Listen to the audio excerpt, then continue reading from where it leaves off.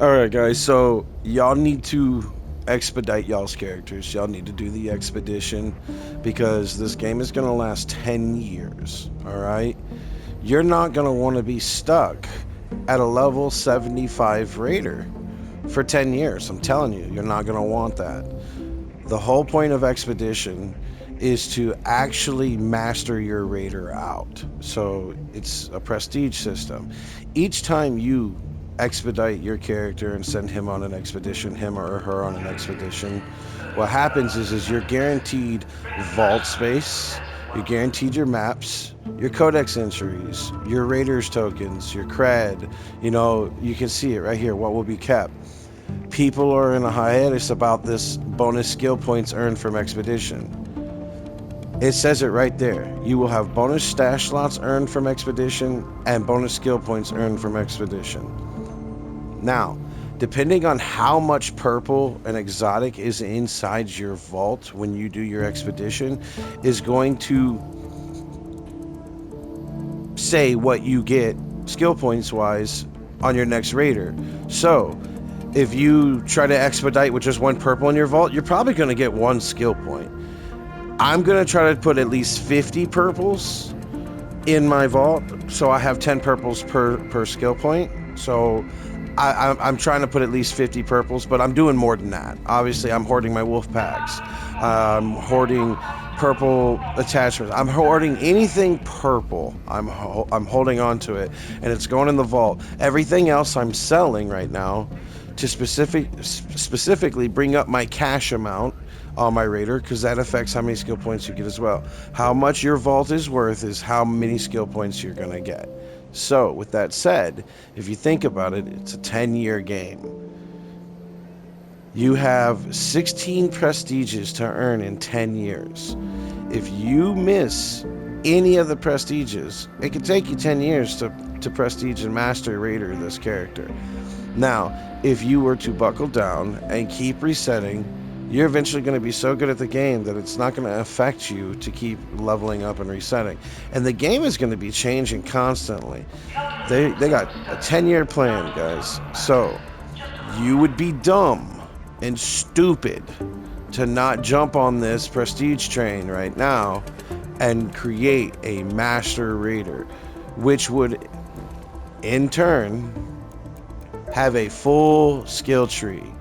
So you have 75 cap right now. Next season, or this next expedition, when I send my character off, I'm going to log in after the send off. I'm going to create a new character. I'm going to have 5 points right away that I get to use. The next expedition, I'm going to reset. I'm going to have a new character. That person's going to have 10 points right off the gate to use. Eventually, it's going to get to a point where after 4 prestiges, that's 20 points right out the gate on your first level. It's going to be worth it in the end, because then you can just log into your new character and instantly unlock one tree, instantly unlock half your mobility, instantly unlock half your survivability, and instantly unlock half your conditioning. And then you level up with your experience, level up, killing and damaging raiders or whatever you're going to do. Um, you then use that experience buff from the expedition that you just did to hurry up and level up to the Raiders Max 75. Then you keep doing that expedition over and over. It's going to be 16 expeditions. And then you'll have a Master Raider, which will have an entire skill tree. You're stupid if you do not jump on this expedition train. You're dumb, because 3 years from now, you're going to sign in on your max level 75, and everybody is going to outclass you. They're going to be 75 prestige 16. They're going to outclass you, and they're going to be able to do things, run, sprint, dodge, roll further. They're going to be able to outmaneuver and outclass you completely. And then having all of these bonus buffs and perks from all of this expeditioning is going to make fights against the Ark easier. Y'all are struggling trying to get a Queen's Core and trying to... I haven't got a Queen's Core. I can't even get to the Queen. So at this point, you got to think, Queens are not going to be a big deal here real soon. In about a year to 2 years, you're going to be able to pull something out of your pocket and blow them up in one go. Queens are just hard right now because that's the content that's out. They have 10 years of plans ready for us, guys. They're gonna come out with some way harder, way crazier shit. These guns, these attachments, these blueprints aren't gonna matter. They're gonna be a dime a dozen here in the next 2 years. They're gonna hand them out. I'm telling you, you're gonna be able to buy these blueprints eventually from certain traders. You can't tell me they're not gonna implement blueprint buying. They're not gonna implement all these cool things. They've got plans, guys.